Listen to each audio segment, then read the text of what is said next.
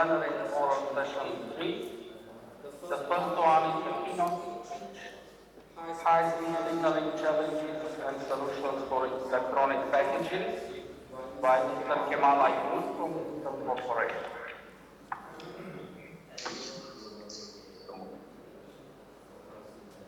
Do you want me to go ahead and get started? I'll take that as a yes, hopefully.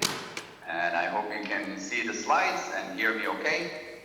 If we have run into any technical issues, please interrupt me and let me know. Okay, perfect. I see the thumbs up from Paul. Let's get started. Again, thank you very much for inviting me. It's a pleasure to be here, and I apologize for not being there in person. So in the next 40 minutes or so, we'll be talking about high-speed signaling challenges and solutions for electronic packaging. So let's get started. Here is the outline for my presentation. We'll start with talking about some high-level, high-speed signaling trends for electronic systems.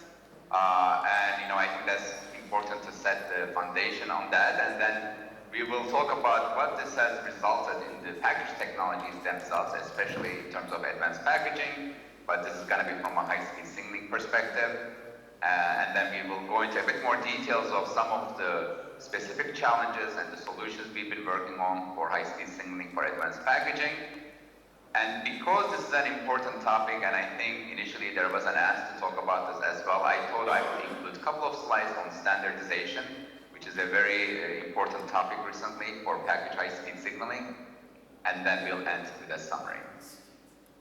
Okay, so let's talk about some high-level trends, right, for electronic systems when it comes to signaling.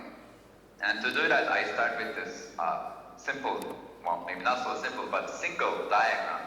And in this case, this shows a connectivity diagram for a typical, a more modern data center server system, right? And at the middle here, you see some, CPUs. In this case, these are Intel Xeon CPUs, and they're connected to a number of other components on the platform.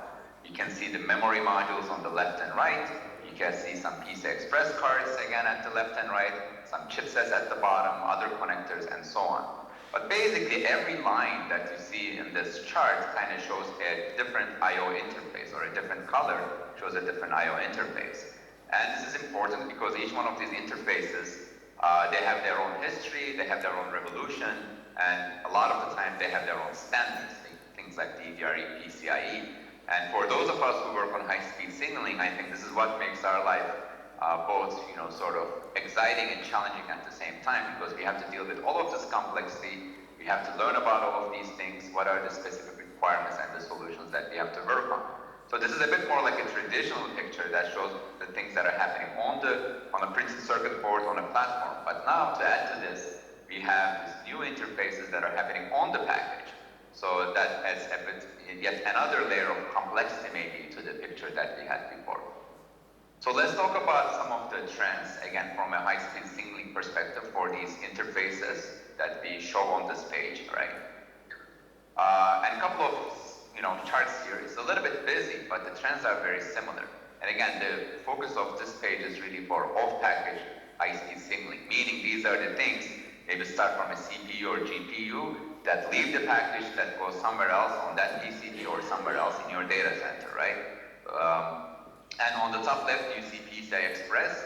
This is very important. For example, if you have a desktop computer, you may use this to connect your CPU to the graphics card, or use your CPU to the solid-state drive. In the data center, typically this is used to connect CPUs or GPUs to Ethernet, maybe modules, to go to the network. And you can see the evolution of the generations of PCIe, and you can look at the speeds, and you see the trend, right? 8 gigatransfers at Gen 3, 16 gigatransfers per lane at Gen 4, 32 at Gen 5, and now the Gen 6 is in the works. That's going to be, again, twice the speed. So doubling of speed every couple of years. Then if you go to top right, it is, again, a little bit similar. This is for Ethernet now, really. This is the golden standard for connecting different nodes on a data center, let's say. And different lines for different maybe widths of this. You can have a single lane, double lane, 4 lanes, and so on. But if you look at the trends, this x-axis is the year, y-axis is the speed of this, or the bandwidth of these lanes in logarithmic scale. Once again, you see a very similar trend. Speeds are doubling in a regular cadence every couple of years, right? And then finally on the bottom right, just another representative chart on memory signaling, right? Our PDDR, regular DDR, graphics DDR, known as GDDR. Once again, speeds are increasing on a very steady pace. Now, of course, the speed values themselves are a little bit different. Memory is more of a parallel bus, but nevertheless, the speeds and bandwidths are increasing again on a regular cadence. And that's kind of what I say on the bottom left as the key note. And what is the implication of this? The implication of this is for those of us working on interconnect technologies, we need new technologies along with modeling, characterization, validation, and design methodologies also for these new technologies and applications. Then we can spend a little bit of time to talk about, on package, right? And I think here maybe the key buzzword for a while now has been heterogeneous integration. And this is how I will try to explain it, and I'm sure you guys may have talked about this in this conference as well. But on the left, you see a simple diagram maybe showing different components sitting on a PCB, just like the first slide that I showed. And more the trend is to actually put things on a single package. So that's the top right figure, right? And in this case, we are looking at an FPGA type product from Intel, but there are many other examples on this. And you can see there's a switch at the centers, and then there's a number of other what we call also chiplets or dies surrounding this, right, for different purposes. And by integrating things on a package as opposed to the PCB, you can provide higher bandwidth between these building blocks. You can do these connections using lower power and lower latency. But there are also some other motivations, right? With this kind of an approach with heterogeneous integration or using multiple chiplets, we can enable larger and larger die complexes on a package. And this is really important for some new emerging trends such as artificial intelligence, right? If you follow some of those new products from people like NVIDIA, AMD, Intel, you can see they're using larger and larger die in their products. So heterogeneous integration is very important to enable that. And at the same time, this also gives you this mix and match capability. Maybe, by doing this, you don't have to use the cutting edge, most expensive silicon node for everything here. You can use for some of these building blocks, some of this, for example, I/O chips, you can use an older, more mature silicon technology, and you can even mix and match, in an ideal world, silicon from different foundries. So this gives a lot of flexibility to system architects, CPU architects, and those people who are working on this type of products, right? But once again, just like the previous page, all of these new integration and new capabilities are requiring new interconnect technologies, especially in this case on the packaging side, along with modeling and characterization and design methodologies for these. So with that, quick introduction, maybe let's go into some of the advances that are happening in the package side, right? And here, I believe the first slide I'm going to show is this same slide that I had recorded for the EPS student brand chapter event this week. So some of you may have seen it, but I think it's important to revisit this here. So on the left here, you see what I would call a traditional electronic package. In this case, it's from a CPU, and this is from a mobile, let's say, laptop CPU. And as you look at this, you can see some of the features of this package. In this case, we have 2 dies, but a lot of these traditional packages, they may even have a single die. And typically, if you turned it around, looked at it sideways or cross-sectioned it, you will see it has only maybe a few layers. And typically, this will be a smaller form factor in XY. And it's a simple architecture. And maybe simple is not fair, maybe simpler is the right word. But basically, I have some dies that is coming from a silicon factory, and then we singulate them and we attach them on this green or blue looking organic substrate, right? So it has 2 levels, so to speak, just some dies and an organic substrate in this case. Still not so simple, but maybe simpler. And then fast forward to today, you get to the picture on the right, right? And you see a number of examples here. In this case, again, I took the examples from Intel for sake of simplicity or sake of ease of sharing. But you see some of our newer data center CPUs, some new client products, some new GPU products. And these looks, even if you just look at it, at a high level, much more complicated than the one on the left, right? You have a lot more dies, which also we call chiplets. Some of them, especially on the data center side, are, if you look at it, it will have a lot more number of layers. This is both for, being able to connect all these different dies on the same package, and also sometimes when you have this much silicon, you have to bring in a lot of power. So that power will also result in, will require elevation of many layers of the package for that power delivery. And you can imagine when you have such big die complexes and so many connections, some of which are actually leaving this package, you end up in large form factors. And maybe, equally or even more importantly, to do this fine connectivity between different chiplets on the same package, you need some advanced packaging architectures. And this will imply things like, much finer line width spacing, which results in this metric called I/O per millimeter, which is now going to be much higher. And you can see this on the example on the right especially, and even though you don't see it, but it also applies to the example in the middle. We do 3D stacking of different dies. That was actually a very active research topic for maybe almost a decade. There were many publications on this in literature, but now finally we are seeing examples of this happening in the actual products, right, in the marketplace. So this is sort of the high-level story, but in this talk at least, compared to maybe the Monday's talk, I want to go a little bit more, talk about not just qualitatively, but quantitatively about this motivation, right? Like why do we need this advanced architecture and how it comes about? And these two graphs or charts are from a paper we published in 2016, but I think they're still quite relevant, even though the numbers may not be as relevant anymore. But let's talk about it, right? On the top right-hand side, you see a depiction of two dies that are facing each other on the same substrate, and they need to communicate with each other. And if you want to connect these using these traces in the middle, there are certain parameters that are important. For example, what is your bump pitch, right, on each of the dies?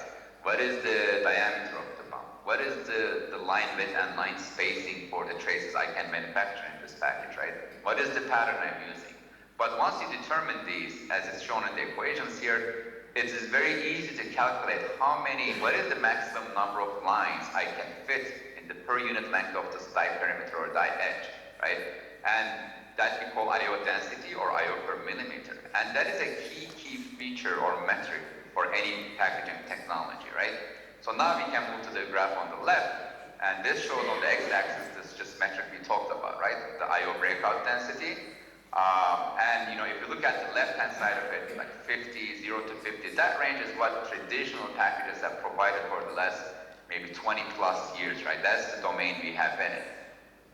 And the y-axis in this plot is the data rate. So for each one of those lanes, what is the speed of the signals we are sending? And then the multiplication of these two metrics simply gives you how much data I can send in that 1 millimeter of die edge, what we call bandwidth density. And this bandwidth density is a key measuring for any of these new chiplet or advanced packaging architectures, right? And you see this blue line, these are contour lines for different values of this bandwidth density. So now once again, if you now visit this traditional packaging with less than, let's say, 50 I/O per millimeter, you can see that even get to this 100 gigabyte per second per millimeter bandwidth density, the first line in this chart, we have to really cramp up the signaling rate, right? So basically, you have to send very fast signals on fewer number of lanes. And the direct implication of this is that you need more and more complicated I/O circuits. They typically will burn more power, they will incur more latency, and so on. But on the other hand, if you're on the right-hand side of this chart, and these are the kind of capabilities that are provided by advanced packages, but if you can go to this very high I/O per millimeter, then even with much lower signaling rate, you can be in this green regime, which can go to very high bandwidth density. And the nice thing about the lower speed is you can do this with much simpler circuits, with much lower power, much lower latency. So this is really, I think, maybe the motivation for all of these advanced packaging architectures, why we do them, why we invested in them, and why we're using them in products today, right? So this kind of bullet reiterates that. But I want to add one more thing, because some people mostly just talk about this part, but for somebody like me who works on high-speed signaling for things that also have to go off the package, it is also super important, like while you're enabling this, you don't forget about the signals that go off the package. So any kind of architecture here, you still need the right capabilities, technologies, designs, whatnot, so that the things that are going to go off the package still, work well, and they're also accommodated as well. So with that, I'm going to show two examples of advanced packaging technologies. There are many more out there, but again, for sake of time, and I will give some references for the other ones. But the ones I'm going to talk about are silicon interposer and EMIB. So this, first one, the silicon interposer, the graphs you see here, these are from a dear colleague of mine, Mendon Bayan, who is also, I know him through IEEE ETPS. but this is from a paper he published a couple of years ago, but he does a very nice graphical explanation of the silicon interposer technology. So if you look at the top left picture, you see a compute block, CPU, GPU, talking to a memory device. In this case, it's high bandwidth memory, if you know about that. It's a DRAM, 3D DRAM stack, and this high bandwidth memory was actually architected with this advanced packaging in mind. So it wants to provide a very high amount of bandwidth and bandwidth density, and it does that by using many connections, roughly 1,000 IOs per device, running at a low speed. And to provide that connectivity, just like we talked on the previous slide, you need a better technology. And in this case, you use silicon interposer, because the silicon design rules or silicon backend design rules gives us that level of connectivity, and you see that connection here. And then the silicon interposer gets, assembled on top of a traditional package, which gets assembled on top of a printed circuit board, and so on. But the bottom left shows the other thing we're talking about. So here you see the top view. The processor talks to the high bandwidth memory modules on the left and right, but you still have all those other high-speed signals that need to go off the package from the north and south. And as they do that, in the case of this traditional silicon interposer, they have to go through silicon vias, TCBs. You can see my cursor there right here. And the bottom right picture kind of shows, again, highlights that through silicon via and shows the additional insertion loss as a function of frequency that the signals experience as they go through it, right? So this is, if you may, is the tax we're paying for signals that need to go off the package. And of course, since this original introduction, people have been working on newer technologies, better TSV properties. They're working on technologies that do not require TSVs and an interposer and so on. And the second example is EMIB, embedded multi-die interconnect bridge, something we worked on at Intel, sometimes generically known as Silicon Bridge. And I picked this because it's another type of advanced packaging architecture. Here, rather than using this interposer, you take a small silicon die and you embed it in your organic package substrate. So quite different. And these are typically quite small. The advantage is now maybe you embed this only where you need these fine connections, so-called these blue connections, and so that it can be smaller than a silicon interposer, potentially cheaper. You can mix and match different technologies for these little bridges where you need them. And also another important thing, this orange line, so the signals that need to go off the package, they don't now necessarily have to go through this and see the TSV. So we like that as well. But on the other hand, of course, there's pros and cons with everything. In this case, while doing this, you actually made your package manufacturing process a lot more difficult because I need to embed this in a package. And also, when I'm going to assemble dies to this, now you see the picture, and that's maybe middle right, you have different bump pitches, right? For those fine connections, you have very fine bump pitch, and what we call micro bumps. And then maybe for other signals, you have coarse bump pitch. So I have to come up with a very elaborate assembly technology that can, assemble dies on this mixed bump pitch with very high yield. So it is not an easy problem. But we have been working on it, and both of these technologies now, there are products out in the market using both of these technologies. And as I said, this is almost just, tip of the iceberg. There are many more, technologies out there. Everybody is actively working on them, OSATs, foundries, other companies. And a great reference is the Heterogeneous Integration Roadmap, which one of the sponsors of which is IEEE. And I've shown, in this page, maybe 8 chapters, but there's something like 24 chapters here. So there's no shortage of information. So if you're interested, I urge you to go to this link and to read about it. Okay, hopefully that, just to recap, right? We talk about some of the high-level signaling, high-level high-speed signaling transport electronic systems. We talked about what it means for packaging, both for off-package signals and also on-package signals, heterogeneous integration. Now let's talk in a bit more detail about what we're doing on the electrical side, especially on the signal integrity side, to tackle some of these challenges. And I also want to, since it's my area, I'm going to talk quite a bit about also methodologies, metrologies, how do we model things, how do we measure things, how do we correlate them, which is super important because unless you have those robust methodologies and robust measurement techniques in place, we cannot design these products, right? So it's very important to have these. So one of them is the more historical trend, right? Because as we looked at in that earlier slide, the speeds are going up and up, the frequency is going up, which means all the modeling you do, all the characterization you do, now you have to accommodate higher frequencies, right? And whatever you've been modeling in the past, in terms of the conductor losses, copper surface roughness, your dielectric material, permittivity loss tangent knob. You have to be able to characterize them to higher frequencies, model at higher frequencies, make sure they're accurate. But on top of it, we have now this thing called heterogeneous integration and advanced packaging. So this introduces yet new challenges because as we talk, right, we may have this very fine line with spaces, new geometrical scales. For modeling tools, this is typically a big challenge because you have the scale issue. You have much bigger dimensions, much smaller dimensions in the same structure. And they also introduce new materials like silicon and other things. So now we got to make sure all of our methodologies and metrologies can address these as well. And of course, for those of us who are going to eventually work on product design, we got to make sure all of these, models that we come up with are validated. So I'm going to start with sort of the package routing technologies, traces, transmission lines, those kind of things, because this is important for both off-package interfaces and also on-package. And even though some of the more maybe exotic products use the advanced packaging, there's still a lot of products use maybe organic package for this even on-package connectivity. And just to illustrate this, maybe the challenges here and some of the solutions, I'm showing this picture on the right. This is from a test vehicle we have designed. And it looks pretty simple, right? You have a single package transmission line that is suitable for testing. On the right-hand side is what we call a single-ended, a single trace. And on the left-hand side is differential, which is used for higher speed, for its nice noise cancellation characteristics, comprised of two traces, what we call differential strip line. And you will think that maybe, measuring one of these and then doing a model using one of the commercially available tools and correlating the two may not be that difficult, but it turns out it's actually quite challenging. And the blog we've been using for some time is highlighted here. We published this, I guess, again some years ago at the ECTC conference. But I'll quickly describe it. So you start with some test structures that we design, and then of course you need to manufacture them. And then on the right-hand side, if you follow the flow, you measure them.